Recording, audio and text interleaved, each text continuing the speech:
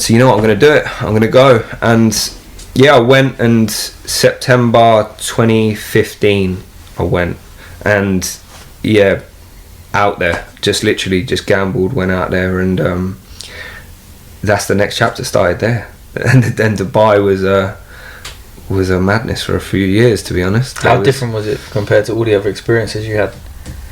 Very different when you first land. Like when you first land, obviously, and not to state the obvious, obviously it's double hot. It's September at this point as well. I checked my phone, it's 100% humidity, and I'm reading that like 100% humidity. Like that's death, right? That's not like, you can't live in that. Like, how does that? Step outside dripping.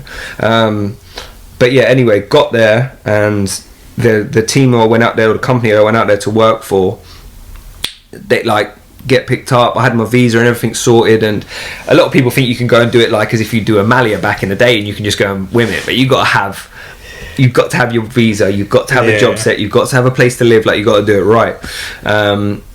So went out there, started this role, and I was fortunate that by the time I moved out there, another guy had got the same job with us alongside. He came in as a academy manager, I was camp director, and he was just a good guy. Like, it was just a person like me, and that was Burrows. Obviously, you know Burrows, Adam Burrows, shout out Burrows, and just a good dude, man. And he made life probably a lot easier because I got someone, you know what I mean? And I was seeing a girl at the time as well, so I knew one other person there. She lived in Dubai, and so I had no one else but these two. But that made life a bit easier, that you got someone, and we lived together, myself and Burrows, and we just started riding the Dubai roller coaster, to be honest. And it was very different in the sense of your kids were all different kids. Like, I remember my under 12s was a like Austrian goalkeeper, Brazilian centre half, Scottish right midfielder, the Argentinian left midfielder, like South African centre midfielder, getting people coming from all over, Danish striker. Like, it was just mental, and that was a cool experience. Like,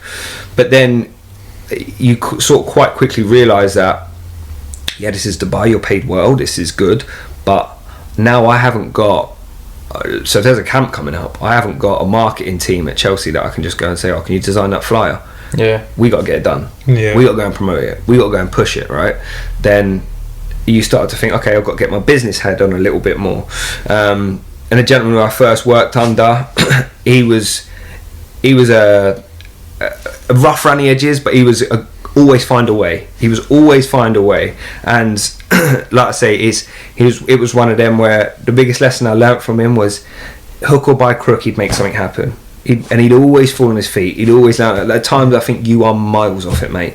You got no idea what you're doing here. You pie in the sky, make it happen. Like, make it happen. And that was where I probably really started to learn to be independent and start to think that not everything's going to get done for you, because I was comfortable at Chelsea. It's the reality of it. My tickets were booked for me. I get picked up from the training ground. I get drove to. You didn't have to worry about all the. You have to worry about nothing. But now you're in Dubai. This is real. Like, you got to really go and get at it now and make moves and make it happen yourself. Really. How was that transition from, like, you say you had to get your business head on? Was that like an easy transition for you to kind of get in that mindset of, okay, I've got to make shit happen now? Or did you always have that business mindset from early? Yeah, I probably didn't have the business mindset, but I probably wanted to always do more. Like, I probably always wanted to do more than just football. That's why I did football studies with business at uni, right? Because I was like, you know what, I don't want to just be, I don't want to be just a football coach. Like, I wanted to do more. So it was a good opportunity to do a little bit more, but it was also one of them where that when you start doing those other bits, like, it's hard to balance that love for football. It's hard to be a purist, like, on the football side of things, because you're chasing numbers now. Your focus is taken away from you, man. You're chasing numbers. It doesn't matter that my session's at A1. It matters how many kids I've got at a session, because I've got to make sure that we're hitting targets, we're hitting budgets, we're ticking them, and it became like a money game a little bit to a certain extent, and it was a business. It was a business, but it was probably what I needed at that time to grow my education from just being a football coach to now I understand business. You know what I mean? I understand. It's another skill set for you. Yeah, definitely. So yeah, we was in Dubai. Well, I was there at this club for 2 years. Yeah, 2 years. What was the club called, sorry? It was IJF at the time. It's just football. It's still going now. Shout out to them. Hope they're going well. But yeah, it was one of them where Burrows then had decided to move on. So you were at them before City? Yeah, I was at them before City, yeah. And then Burrows got an opportunity at City. Yeah. City was obviously first coming up then. And then he'd moved across to City. It was all a bit messy because there's a rivalry with the guys who run the clubs and whatnot, like all childish shit. But anyway, he'd then jumped ship.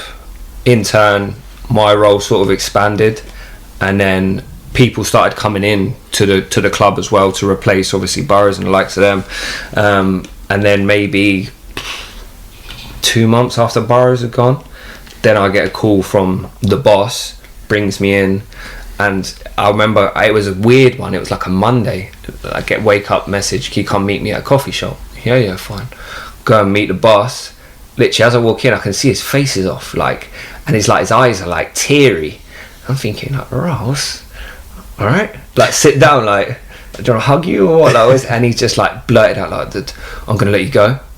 And I was just like, raw. Like, it's an English guy. Yeah. And it's the first time that's the first time that anyone had ever like chopped my legs. Like, first time that anyone had ever gone, yeah, that's it. And I was just like, and to be honest, I sort of kept it calm. Like, I weren't ever going to dig too much, because it was one of them that, Ralph, that's your decision. How did it affect you? Yeah, it was a kick in the bollocks, mate. Like, it was real, like, mentally. Yeah. Really, like, shit, what do I do? Because it's not like being at home, innit? Like, I've still got to stay out here, or I still want to stay out here, and I've got to pay my bills still. I've got to, you know what I mean? I've got to navigate my way around this. So then, okay, fine. Shook his hand. That's it, done. So then, I literally remember going home, sort of breathing out, like, rah, what do I do now? Like, what's the next step? Do I go home? Do I try and go to a new club? What's the what's the move here? So I went to India and did like 2 weeks coaching in India just for a contact, and then came back. And by the time I come back, City had been in contact. So then Burrows obviously had spoke to the boss and said, I'd like, do you want to come here and have a chat? Yeah, come. When they had a chat, and again, weird seminal moments that it'd gone really well. We'd had a chat. Then my mum and dad had come out on holiday, like they'd already had this planned. It was quite nice. I didn't have no work commitments, so I could spend all the time with my folks. And then went with my mum and dad, get a call, yeah, we want to take you on. I was like, perfect. So within like 3 weeks, I'd fallen back on my feet. Like, I was happy. And that sort of that kick in the bollocks was like, yeah, that's just you learning, just you growing. I've got a question I wanted to touch on, is that is it always a bad thing if a plan like doesn't go the way it's supposed to? No, because I mean, you get loads in, like, for me, like business and stuff, when say like a design doesn't go to plan, you will then have to change something, and you actually prefer that one. And so I wanted to ask you, I mean, how do you feel about that? I'm a very black and white person. I'm a very solutions based guy. Like, I can't procrastinate. I can't sit in the grey. I don't want to hear what the problem. Well, I want to hear what the problem is, but then what do we do to fix it? Like, what do we do to get it sorted? We've all got plans. We've all got things we want to do, things we want to go, and life just happens, man. Like, there's a quote that says, like, life's what happens when you're busy making plans, and it's so true. Like, you've got all this structure and you think there's nothing that can touch it, and then boom, something can happen, man, and it can change the plan of everything you do.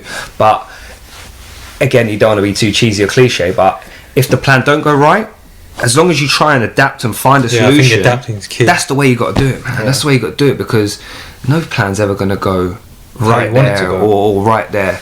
And this is kind of something that I have a bit of an issue with in today's sort of world, in today's generation, of like this whole like dream as big as you can do, or like go and manifest and like all these things are great.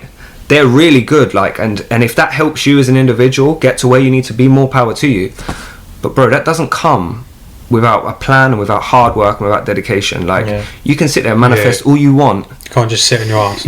You can have all the good energy and vibes you want. It ain't gonna get you to where you want to be, fam. I'm so sorry to tell you that. I'm so sorry to tell you that. And I think there's definitely, maybe your boys' generation, I'm not separating this, but because you guys are a bit younger than me, like when I see certain people, just all I've got to do is dream big and believe, and you got to work tirelessly at this shit, and you got to really plan. And when a plan don't go right, don't then top it. Yeah, exactly. Keep going. Find a new way. Build a new plan. Keep going. And yeah, I think back to that original point of does it matter if a plan don't work? It don't matter.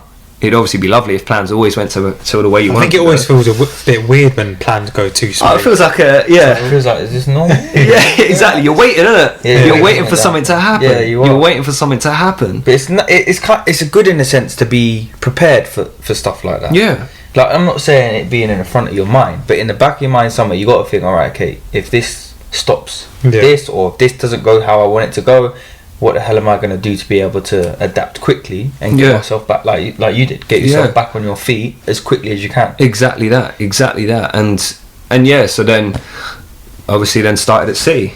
So then, not, by the way, just for everyone watching, not Man City, innit? Yeah, sorry, not Man City. Yeah. So it was the Dubai City Football Club was the inception, and it came from a gentleman who'd worked at another football club. He'd been in the game a long time, and he wanted to rip up the script. And credit to him, he did. He came in and he wanted to bring in proper coaches. He wanted to make sure that we were doing analysis. He wanted to bring S&C in. He wanted to really structure things right and step away from the the very casual, low level is probably the wrong word, but the casual sort of encompass everyone and go elite.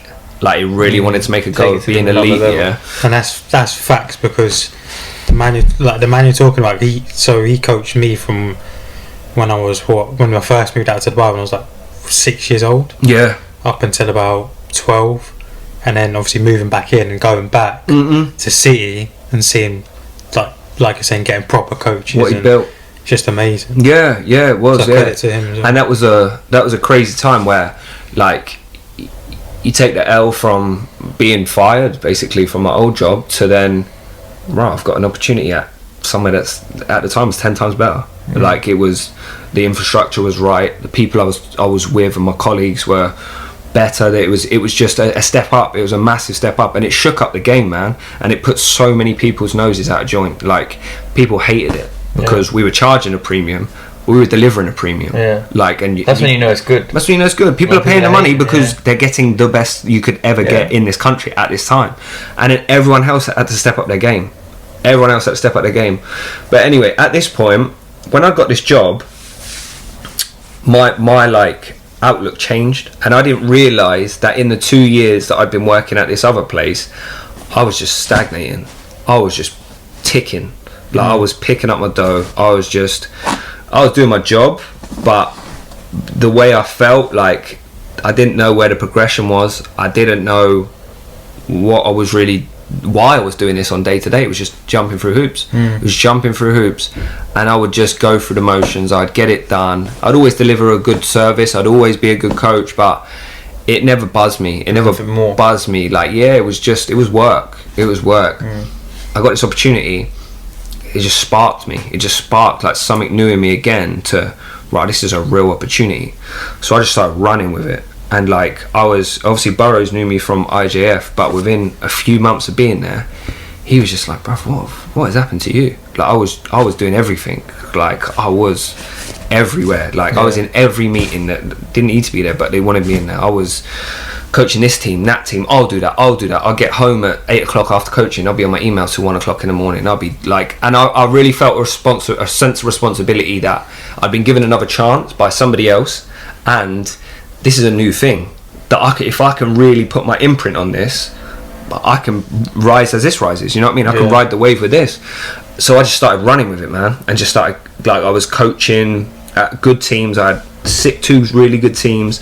But I was in the office a lot. I was handling all our comms, all the admin, everything, basically. Yeah. Like the coaching and then man, and separation. Those 2 years were sick. Was you there with him in the years? Yeah. So you were in one of your teams. Yeah? No, it wasn't my team. He was with the 18s. I was with the 18s, and what was beginning to be the first team. Exactly that. Which was starting off. Yeah. But is he not good enough then? No, he didn't make the cut. But no, I don't know if we ever. I think maybe I dropped into the couple sessions with you guys, but it was never like my team. And But yeah, then my role kind of massively evolved just a long time, like as it was going and the city was building. But I was myself and the gentleman who runs it and who owns it, he me and him were just everything together. Like if he needed an opinion, I was the guy. Like we'd sit down, we'd talk, like we'd be and we got each other through like sticky situations, because obviously any new business starting is tough, right? And there'd be like issues, and we'd constantly put out fires together. But I'd be the one I was Fireman Sam, I was the main fireman. Like I was getting everywhere and making sure that everything was good. And then in turn I was becoming sort of the face of it. Like, and again I say it in a humble way, but if there's an issue, someone come to me. Someone come ask me. You were the man, Payments, they come see me. If there's an email, they want to send it to me, because I was the one who go and handle this, right? And then this was a 2-year journey that we was together, and we really grew. We really grew. And then at the end of 2018, and 2018 was the best year of my life as well, by the way. Like, what a year that was. England flying. Like, remember that year? Yeah. That was when Croatia game, bro. In Barcelona. Oh, in the pub. Yeah. Always remember that. I always remember that one game. That summer was sick. Trippier with a free kick. And we had LA and Vegas. We had that was a real good summer. But anyway, I felt good that year, man. I really had a good summer, and I'd come home for the summer, and then we'd come back to work, and everything was pretty much normal until sort of the end of the year. And the end of the year, things started like changing a little bit, and I could kind of feel different. Like something was different. Something weren't quite the same, innit? And then I'd had a conversation about how my role was going to change, like, because I knew certain things at the club, because I was so ingrained in knowing everything. I knew things that I probably shouldn't have known, like with regards to finances, with regards to things like that. So then I'd sat down and discussed a new deal, something that I felt my value again, because of how much I'd put in to try and grow this. I was the one that was doing over hours. I was the one who was everywhere again. You lean on me if you need anything. And then it got a bit hairy where the discussions were standoffish. And again, I'm mindful not to be disrespectful to anyone, but like I felt a certain type of way, maybe the boss felt a certain type of way. But anyway, agreed a new deal. Started working as normal again, but things just changed massively. And it was like I could feel it. Like, I'm not in meetings that I'm usually in, I'm not being asked, something's not straight. And I'm thinking, if I got a new deal, like, you want to utilize me even more now, like, surely, like. But there was a change in relationship, a change in attitude there. And then we went on tour to England. And that's the one Kiri went on. Yeah.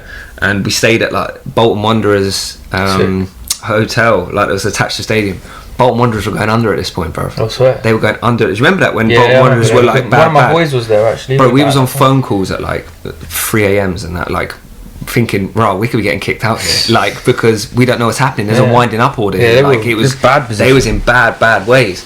But anyway, did that, come back, and to be fair, I probably made a wrong call with. There was a friend of mine who was coaching out in Dubai with a separate company, and he'd asked me to help him out, and I'd asked, and the boss had said it wasn't no, but it was go and rest up. No, don't worry about it. Go and rest up, sort of thing. And really, probably I should have read it as no, don't do it. But I did it, and that's my L to hold. Like, because I was there, he turned up.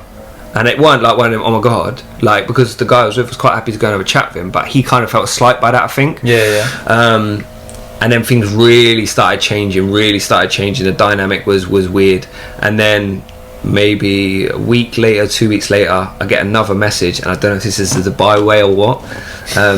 He can meet me in a coffee shop. So I was like, rah. And it was weird. I sort of knew it was coming, man. I knew it was coming.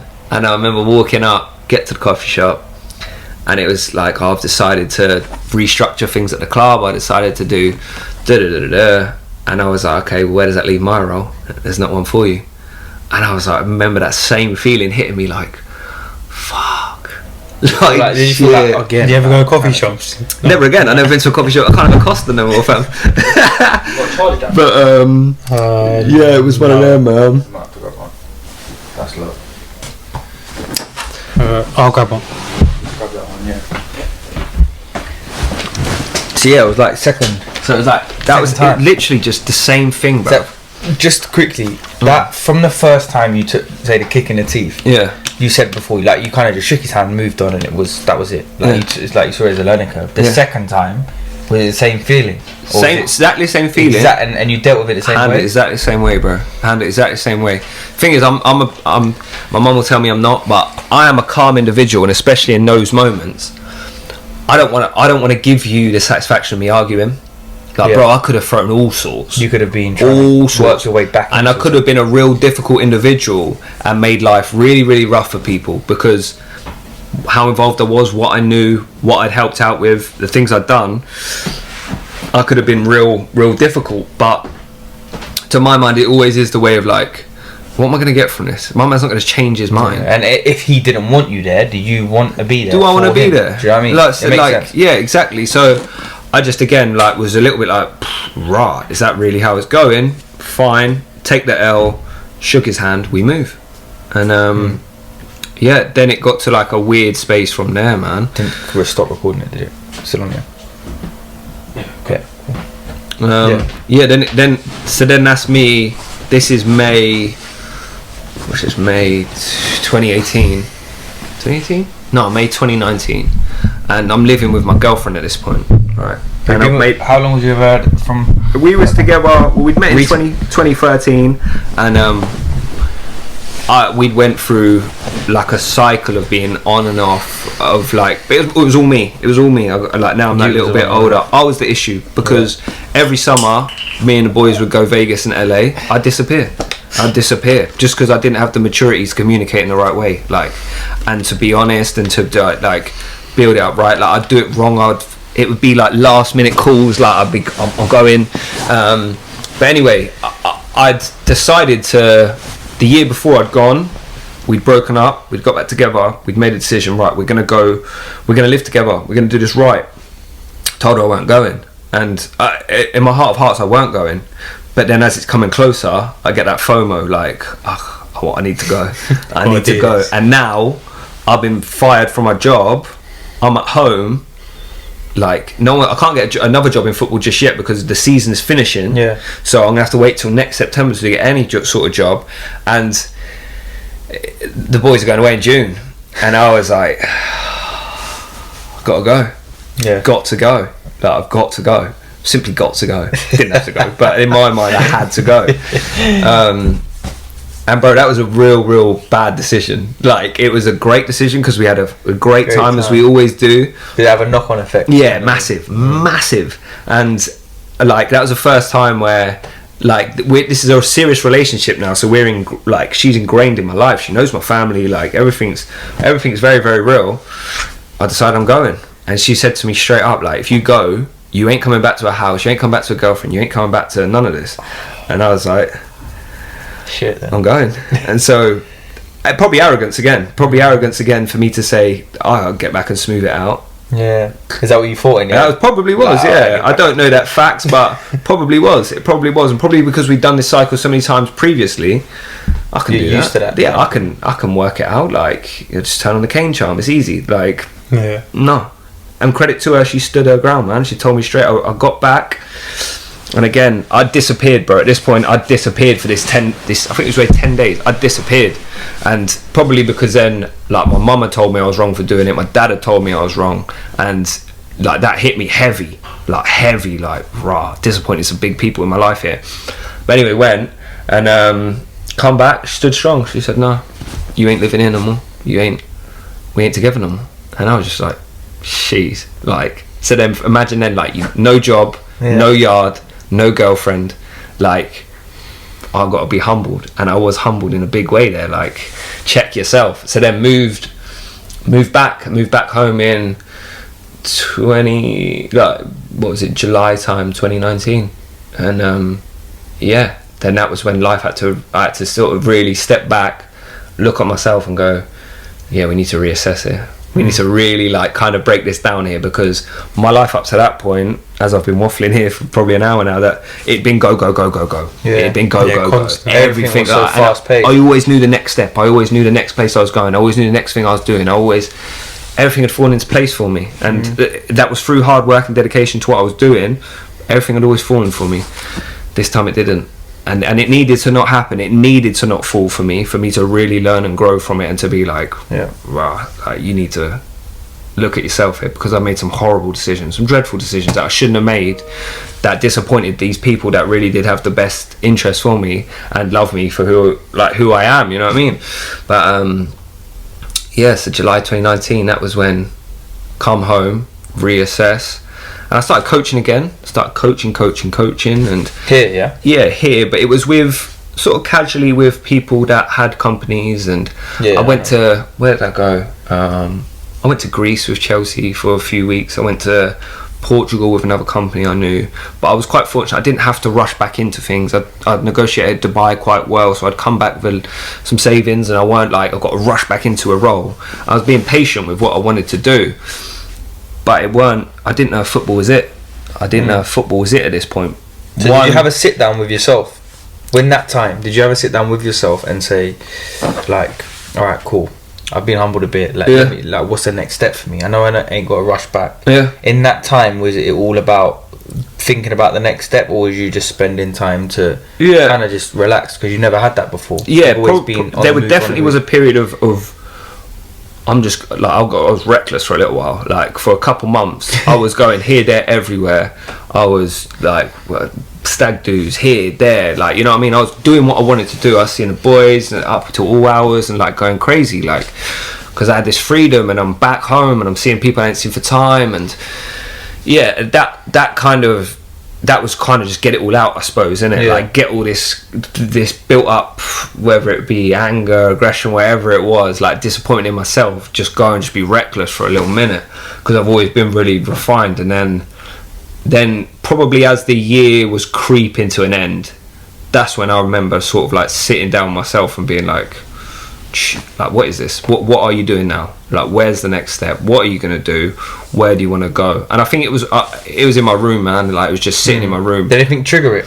The thought to make you do it, make you sit down? Because obviously everyone in their head, like when you're going for something deep in your head, you would know as well. Like, you think about it, but you don't like, you push it to the side. But then something normally triggers it to be like, right, now's the time.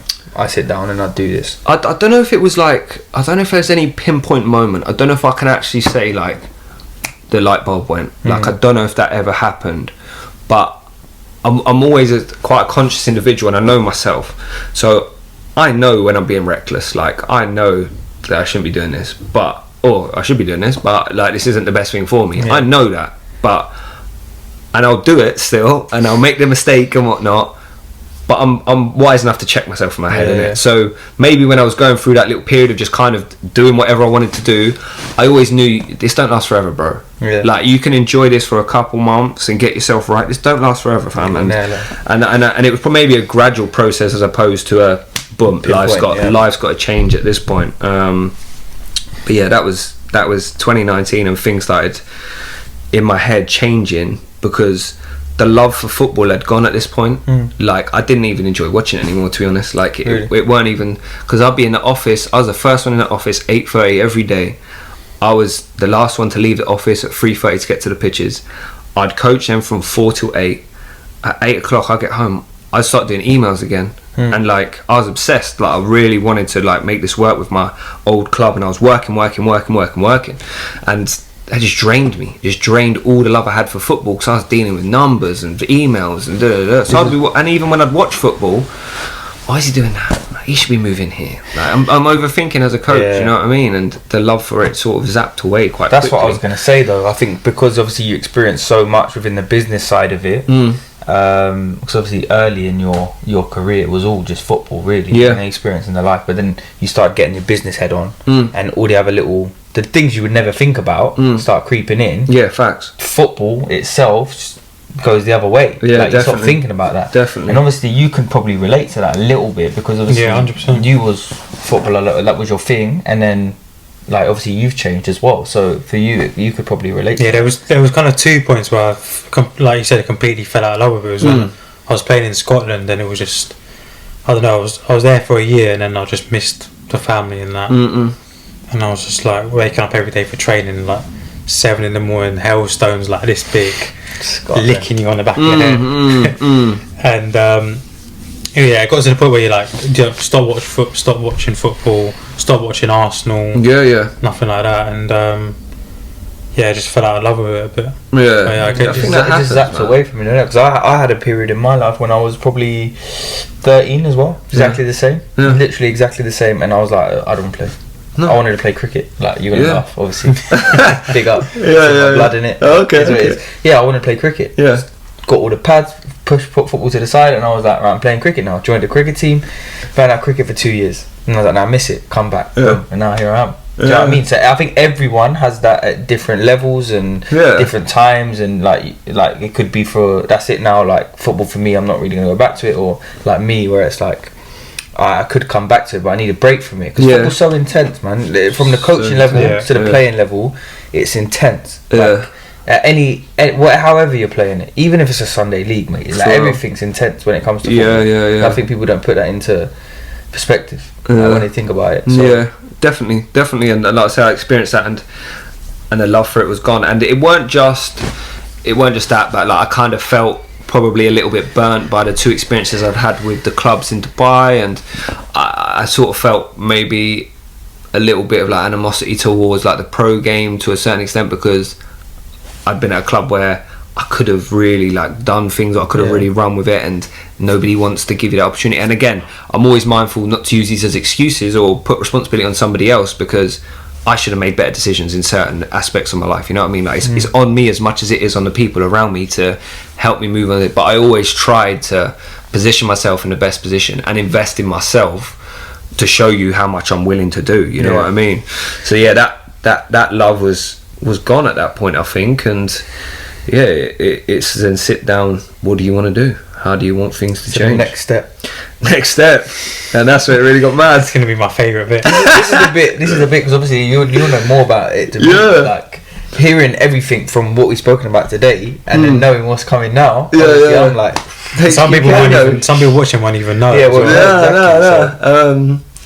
So yeah, man, it was one of them where, so I was finishing 2019, sort of drawing to a close at this point. I've been taking my time with things. And making a decision on this is what I want to do. Sorry, I didn't want to be involved in football no more. I'd made that decision in my life, and I'd had a few opportunities presented that never really worked out. And you know, I thought, do I want to go and take a lesser job and then potentially work my way up again, but every time I looked at a job in football, it weren't like, oh, yeah, I really like that. Like, I really want to do that. I'd really grabbing your attention. Yeah, it didn't grab my attention. And at this point, because I'd been 4 years in Dubai, and I'd had some they weren't bad experiences, but I've had experiences with bosses or people where I think, like, I can do what you do, or I can do this on my own. Like, I can be my own business. You know what I mean? Like, I can really make a go of it myself.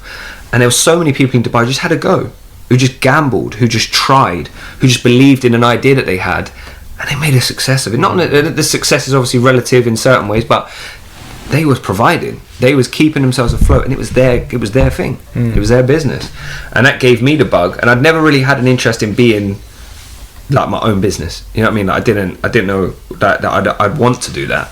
But at this point, I'd felt such sort of distaste to people who are in authority, or people who'd been my boss, that I was like, I don't want that again. I don't want that again, because I genuinely believe I'm probably too honest and outspoken, that it can make people of power feel a little bit uncomfortable. Threatened in a way. It threatened. And bro, I remember flying back from Dubai after I'd lost this job and my life had kind of gone a bit mad, and I was reading 48 Laws of Power. We've all read it, like, it's a classic book, like, we've all seen it, right? And it was the first, I remember flicking it, bro, and the first one, it was on my phone, I wasn't flicking it, I remember scrolling, and it was never make, I can't can't remember the exact wording, but basically never make your superiors feel yeah, always make your superiors feel superior. I think that was the lesson, right? Yeah. And bro, that resonated with me. Like, right, I don't always have the ability to do that. Like, I'm a respectful individual. I will converse with anyone and I'll treat everyone the same. But if I don't agree with something, or I don't like, I'm not one of them. But at the same time, like, I feel like my opinion is valid. Yeah. I feel like I've had enough knowledge and of enough life experience to converse comfortably on anything and give you my opinion and it be of note. Like, and that's when it got to a point, right, that doesn't work for everyone. There's people who are in positions of power who've earned the right to be there. Why they want to be questioned by you? Why they want to be questioned by me? Exactly. Yeah. So then I was like, you know what? All right, what are you going to do? Where's your next step? And then years and years and years ago, I'd had this concept that I wanted to open a barbershop.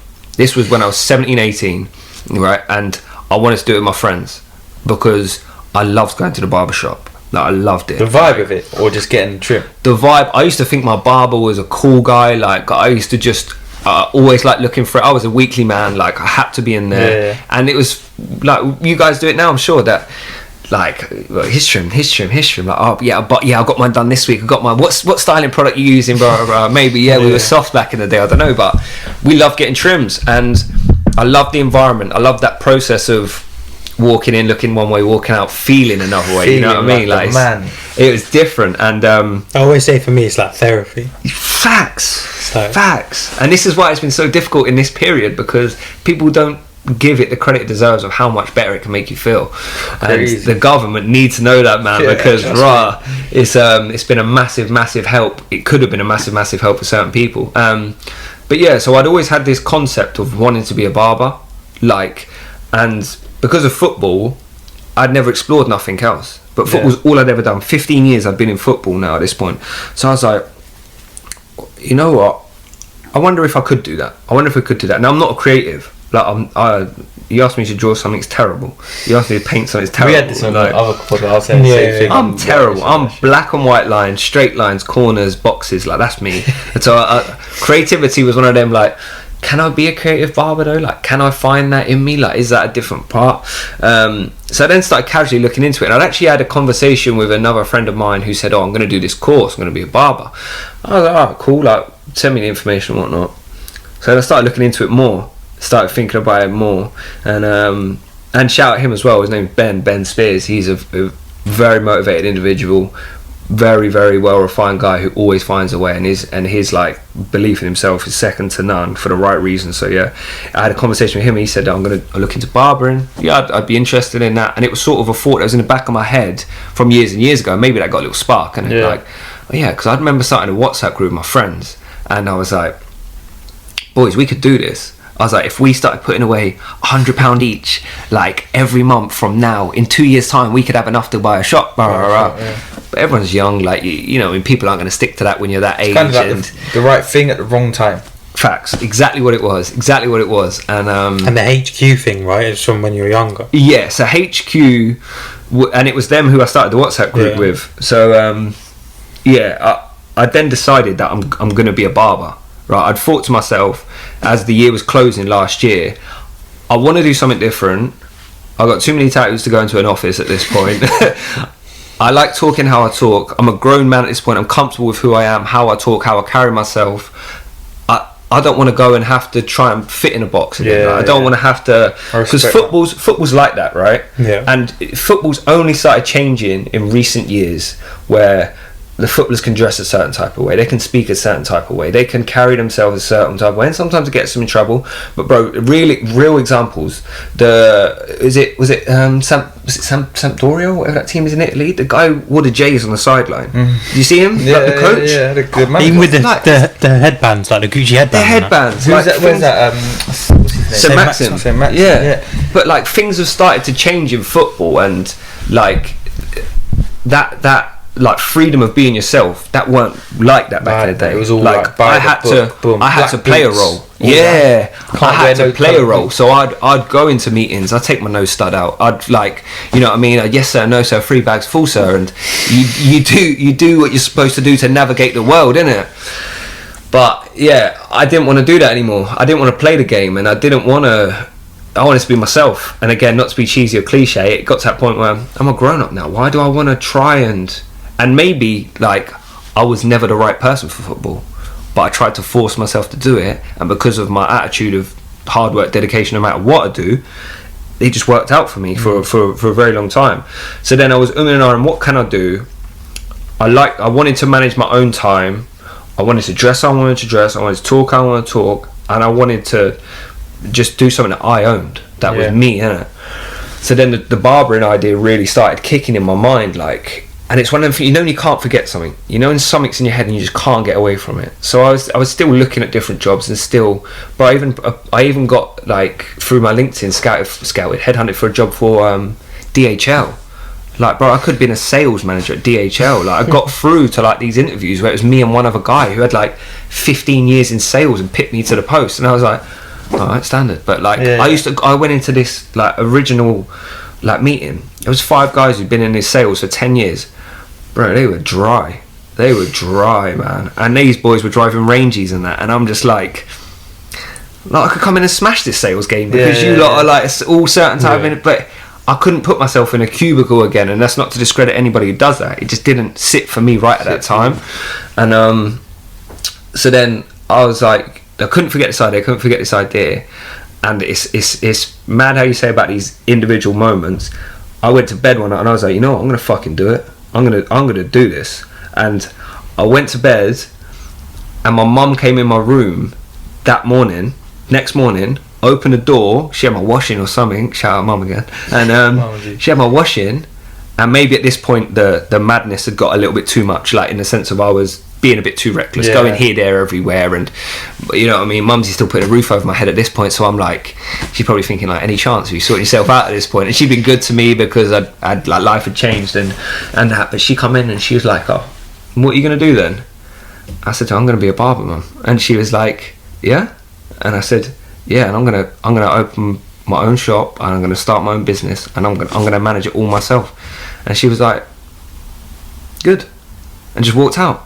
And I was like, one of them, like, you're waiting for your mum to go, all right, when will I? She's just like, all the questions. And maybe because she knows me and she knows if I tell you something, I'm going to do it. Parents ain't like that as well. Like when you say to your boys you've got this idea, they're like, oh, sick. Gas it. If it's like to your mum, be like, yeah. And my mum kind of checks you a bit. Yeah, exactly. What's the question? And we probably all of our mums are our biggest fans, right? And still, but maybe she knew that, but that's a long way off. Like, that's a massive change from what you've been doing. That's a huge gamble. But if you want to do it, obviously you should always stand by me. So then I looked into the course. This course was 5 bags again, mad. So I was like, all right, I'm going to do it. And like I say, I was quite fortunate. I'd saved money in Dubai and come back with something that I could go and experiment with. So I was like, yeah, let's go and do this. So January 20 was the date, confirmed, booked, paid. I booked it maybe the end of December, like kind of just lived out the rest of that year and enjoyed it. And then I knew January shit has to change, like your whole life and the way you attack things has to change now. And I was getting ready, closing in, and I'm thinking, right, how can I, because I didn't have to worry too much about earning alongside it, but I was going back to school full time. This was 9 to 5, Monday to Friday in London. Like, this wasn't like an evening course. This was, you're in it. Yeah. So I've got to keep ticking somehow. I'm going to go Deliveroo. And it was actually my dad who said to me, like, oh, I spoke to someone down the pub the other day, and they said they do Deliveroo. You should think about that. And he sort of said it on a whim, innit? And I was like, again, all right, yeah, me, delivery driver, like, come on. Like, again, I remember when you told me, I was like, what? Yeah, ego, all of that, like, come on, I'm a licensed coach, like, da. Nah, humble yourself, like, you got to work hard, you got to, and this fits. So I bought a moped in maybe the December, signed up to Deliveroo, took a little bit of time to get that confirmed, but all got through the process, set. Jan 20 started my course. I used to ride at, like, we're talking 5:30 alarm up on my moped at 6 o'clock. January, boys, like, it was Baltic. It doesn't even do it justice. And you were saying hailstones, bro, I'm on like a dual carriageway on this little ped, like, man, like freezing, like tearing down, getting to London, gym, do the gym session, get showered, into class for 9 till 5, get back on the ped, freezing still, all the way back, get home, maybe 6:30, have my dinner, 7 o'clock on Deliveroo, 7 to 11, Deliveroo, sleep, repeat. Did it for 3 months and just worked. And it was just pure graft, but it was that one of just, you've made this decision to change it, so now you do the hard work to get it to where you want to be, right? And I just had a bit of a knack for it. I had a bit of a knack for barbering, and I'd picked sort of a couple people's brains. I'd reached out to a couple of people who'd been previous barbers and whatnot. I said, like, any advice? Everyone aired me. Everyone pied me for it, and I was like, right. And it gives you that motivation, innit? Like, all right. And it then made me think, like fueling your fire. Yeah, exactly. Fueling your fire, and you know what? I'm the only one who can do this, and that makes you get up that little bit earlier to go and sit on your moped and go and get it done.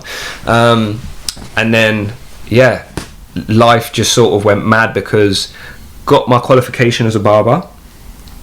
Literally the day I got it, I got it on the Friday, say I'd qualified as a level 2 barber at this point. Pandemic hits on the Wednesday of that month. This was March last year. So I'm like, slows everything down again. Bent the rules a little bit. Again, probably shouldn't have done it, but we didn't know nothing about Corona at this point, so I'm still honing my craft. I'm still, anyone who let me cut them or anyone's comfortable getting a trim, I'd do it. So then cutting. July 4th comes. Last year we come out of lockdown. Between this time I'd managed to get myself a chair in a barber shop in Cookham, and obviously I don't have really any clients but friends and family at this point because I haven't been able to hit the ground running.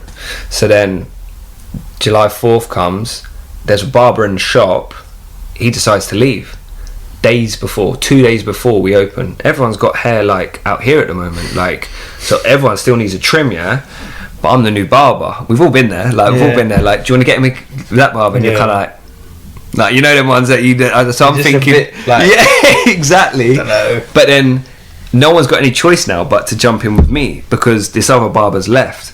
And it was, again, God's plan. That's maybe I was due a little bit of luck at this point after what had happened a couple of years ago. Year previous. So opens July 4th, all these bookings just go vroom to me. So I've got a full client base for the first 4 weeks. So it's you now, like, fight or flight, you know what I mean? Like, you either go and smash this and keep these clients with you, or you crumble, you moan about time, you're not up to scratch, you do. I just ran with it, and I just literally right, this has got to get done. And don't get me wrong, I was nervous, like, I was nervous going in there day one, like, right, you got to get your times right, you got to do this, and I just went in and it just all started clicking, man. And it is one of those things that it just falls into place. Your hands start doing it without even thinking, kind of like playing music, I suppose, like drummers, like when you learn to drive a car, right? Yeah, when you learn to drive a car, it's second nature. You know where everything is. And so I started learning really, really quick, and these people start coming back. Then that gives you more confidence, more to go on. So this is July last year, working. Clients are building. I'm keeping going. I'm thinking, right, this is going well.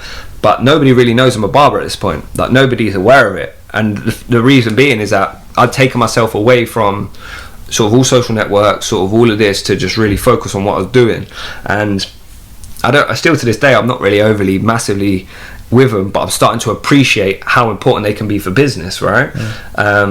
So then I knew I had to put myself out there, one, to take my barbering to the next level, connect with people, and build an even bigger client base, yeah? So then September, I decided, right, I'm going to launch my Instagram and whatnot, and got some content together, come out to the world, but like put myself out there as a barber now, and like everyone was kind of like, what? Like, this guy's a football coach. Like, I remember when I saw it. I man. Must have been Burrows' story, and I was thinking, I haven't heard anything about you for like a year since you left the bar. Yeah, exactly. And I was like, what is this guy? What is this guy doing? Is he on? He's a Bear man must have thought that. Bear people must have thought that, man. And again, you take that as motivation, you laugh it off, and yeah, bro, I'm a barber now. Like, what happened with football? And the thing is, when people go like people would regard football as a certain way, innit? Like, football holds a status in just general life to us. So when it was one of them like, why did you step away from football to do that? Like, it doesn't make sense. Like, why would you move from Dubai to come back here? But it was just life. But they ain't seen all the little things. They didn't see all the little things that go with it. Yeah, they don't know the story that go with it. And I'm one of them that, like I say, I don't always share, or I'm not always as open as I probably should be or could be. Yeah. And as I'm growing and learning, I'm getting better at it. But yeah, I thought that was the best way. Just throw yourself out there and show people what you do, back yourself, and go at it. So then September last year, started rolling with like the Instagram and whatnot, and it's a massive tool. It's a huge tool for me because, one, people can see what I do, decide, yeah, I like what he does, I don't know what he does, like blah blah blah. But now you really see that those who like support you as well, innit? Like, there's my friends who put me out there on a daily, share you, who like gas up everything you do, and like they've been with me from the jump and really helped me build a really strong client base now. So then that was September last year, rolling. The lockdown hits again. Boom, back into lockdown. Come out of lockdown, cut in for 2 weeks, and then get shut again. Straight back into lockdown again. And April 12th, we go live once again. But yeah, now in my life, I'm happy. I'm content in what I'm doing.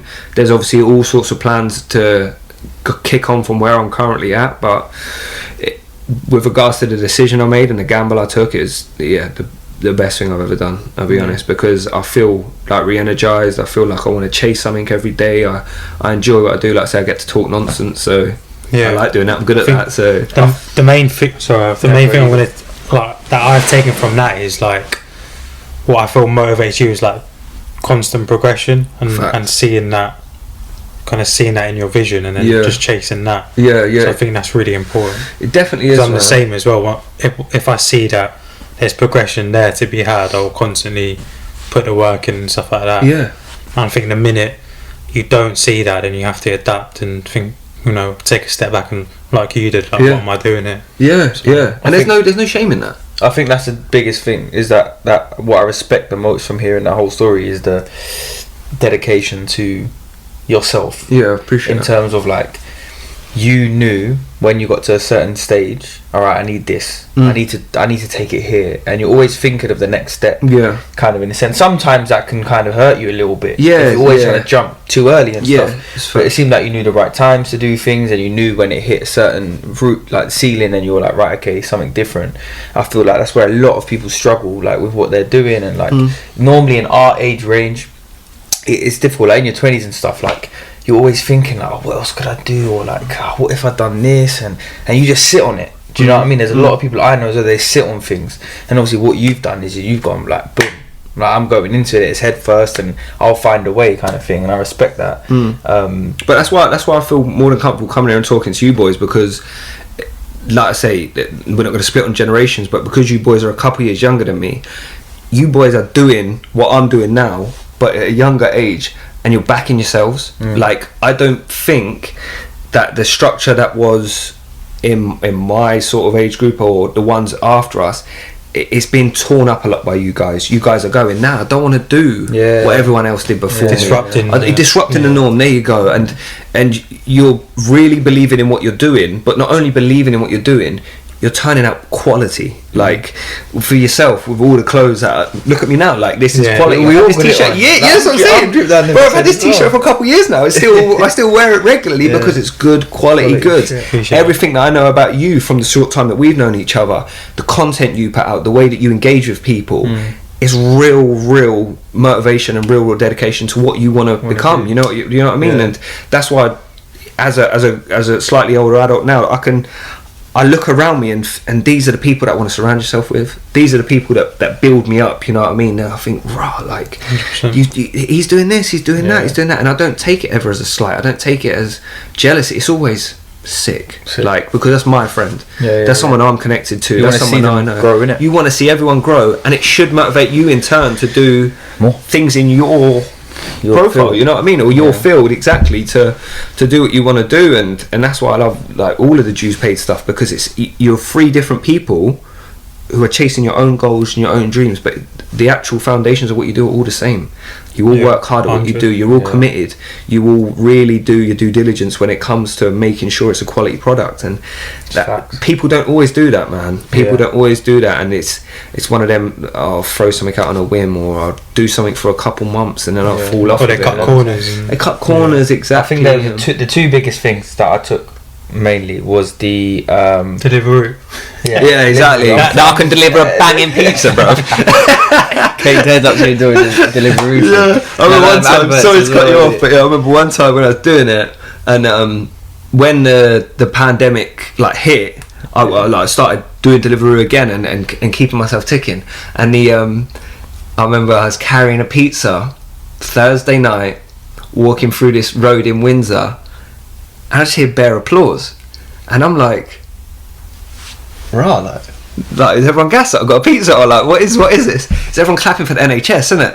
But I'm like carrying through, everyone's outside like applauding and I'm like, because everyone's in their house, I'm the only one in the street, but everyone's hanging out the windows clapping me, and I'm thinking, what is this? Guard of honour. Yeah, guard of honour for me delivering pepperonis. Yeah, exactly. Yeah, now what I was saying, I realised big thing obviously for you was the environment you had, like the social group and your family, the people around you, and how much they supported you to help you go and do your thing. Like you said, your nan gave you lent you the money and was like, go and do it, I'm not going to make you pay in the debt. And your mum was like saying to you, yeah, good, do it. Like, it's so important. Even your friends as well, the ones you said you met at uni, they all played their part, little or big, they all played a part in helping you develop as a person. Yeah, I think that's anyone listening out here that's thinking about stuff is like, always check your social group, man. Yeah, 100%. The people around you, I'm telling you, like, it's crazy.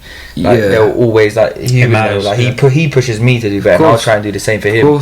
Like, having that group around you is so important, like, to help you develop as a person. There's a Tory Lanez song, I'm trying to think what it is, but start spitting if you want. Yeah, exactly, give you some bars. But it's like a spoken word at the beginning, and he says like the first 3 or 4 people you see every day are the people that you end up being most like, or they're the people you're most influenced by. And I kind of skipped over that when you tried to put me to it, Kuran. I should have. That HQ is, like, for anyone who don't know, HQ Kano is the Instagram, and HQ is gonna be the brand. It's gonna be the brand, and HQ comes from a real place. Like, it's a group of friends. There was 10 of us, like, back in the day when we were younger. Two of my best friends, more best friends, Phil and Chris, who are twins.